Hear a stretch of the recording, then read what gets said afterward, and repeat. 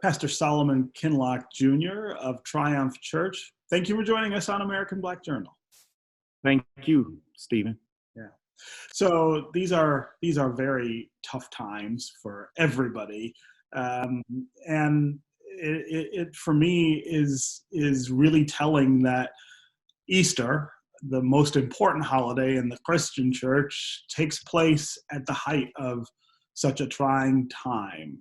I wonder what you make of that aligning of things, that we are at this really critical and tragic juncture in the story of humanity at the very time that we celebrate the rising of Christ, the most important event in Christian history. Well, you just hit it on the head. That is the relevancy of the resurrection, that our founder, or the founder of our faith, was confronted with an impossible situation.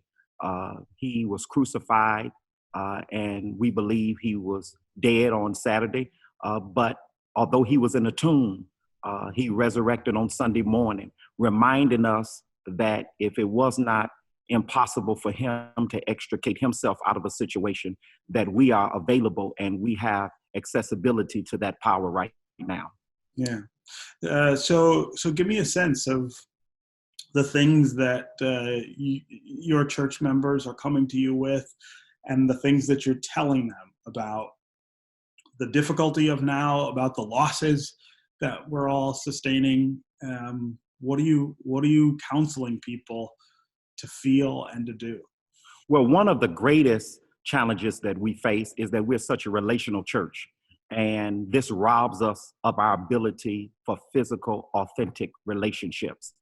And so many of our members, including myself as leader, miss that, the ability to just share comfort and consolation through a hug, through warm greetings, in close contact and proximity with one another. But one of the things that I have sought as a pastor to redirect the focus and the attention is not necessarily on us meeting together physically as a church, although some would make that the pivotal point of this particular discussion.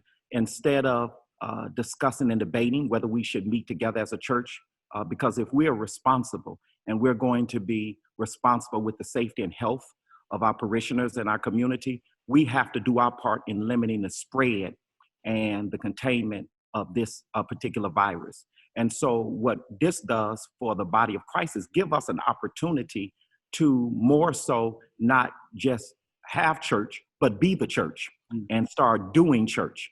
And so what we've done is launch a 60-day of generosity, where it gives us an opportunity to make a greater impact and show the hand and the feet of Christ in the earth now more than ever. So on a daily basis, we're feeding 200 people a day. We're delivering groceries to seniors, single parents, those with physical inequities, disabilities, handicaps. We're helping those that are unemployed, that have been laid off through the midst of this crisis. We have a digital divide in the DPS in many of our urban community centers. And so what we're doing is ensuring that we have an opportunity at this particular point to distribute laptops on a weekly basis.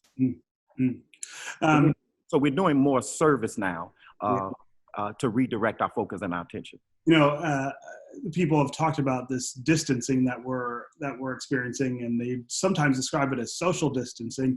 But it reminded me this week that that's kind of a misnomer. It's physical distancing. Exactly. It's not social distancing, and as you're saying, it's not spiritual. Exactly. Well, we have a drive-in. So one of the things we wanted to do is say, how do we continue to articulate and communicate the gospel, the good news, in a manner that people can know that, listen, although we may feel helpless in a lot of situations, we're still not hopeless. The founder of our faith gave us hope during this particular time of the celebration, that although the carpenter of life, death comes to reshape the view of the window in which we look out on life, We got to hang on to the reality that there's a brighter day ahead. And that's what the church is responsible, not to just communicate that and remind people of that, but also to show people that this is an opportunity for us to come together now more than ever, to be there for the least, the left out, and the left behind. In a way, we were already doing that. We were already feeding thousands of people a week, but this gives an opportunity to take the focus off ourselves so we can give a greater blessing to somebody else. Yeah.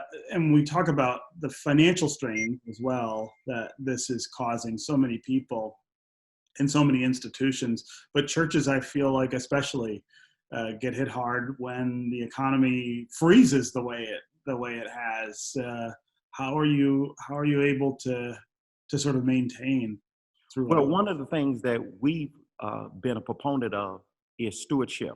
That no matter how many days of plenty you have in the life of Joseph, one of the great biblical characters of Scripture, always prepare for a day of famine. That's not just a principle we teach congregants; it's also a principle we abide by as a church. This church is 100 years of age. We're celebrating that this year, and so this church is not new to difficult times. We're not new as a church to times of scarcity and of lack. But what we do is we always hope for the best, but we prepare for the worst. Yeah. And right now we are living on faith. Yes, we've been tremendously hit like most congregations have. But right now we're trying to be a model to so many that this cannot just be about economics. This has to be about people. This has to be about us coming together, and we may not have as much resources as we had previous to the crisis, but what we do is take the resources that we do have or that we do get and be there for people so they don't feel like they're by themselves. Yeah. Yeah.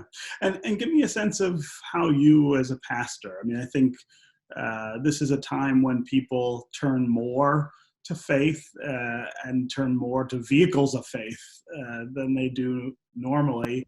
How has this been for you, and how are you managing all of what's changing around us?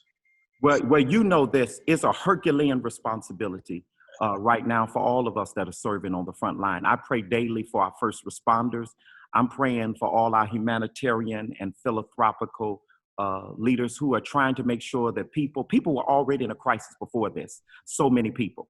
And now it has been aspirated and exasperated, and not to mention the mental drain that it's having and the mental demand it's having on so many that are wrestling with anxieties and worries.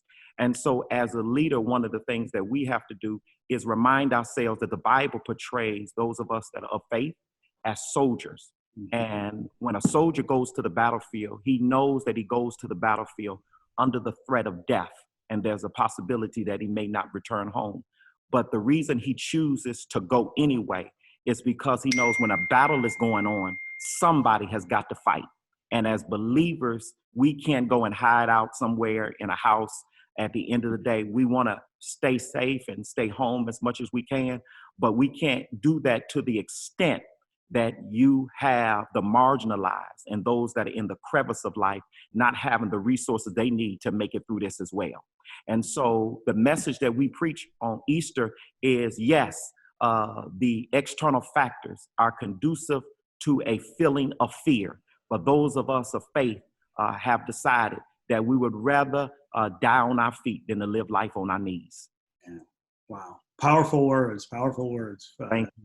Pastor Solomon Kinloch Jr. of Triumph Church. It was really great to have you here, and really great the work that you're doing just to keep people's hope and faith stoked at this time, right?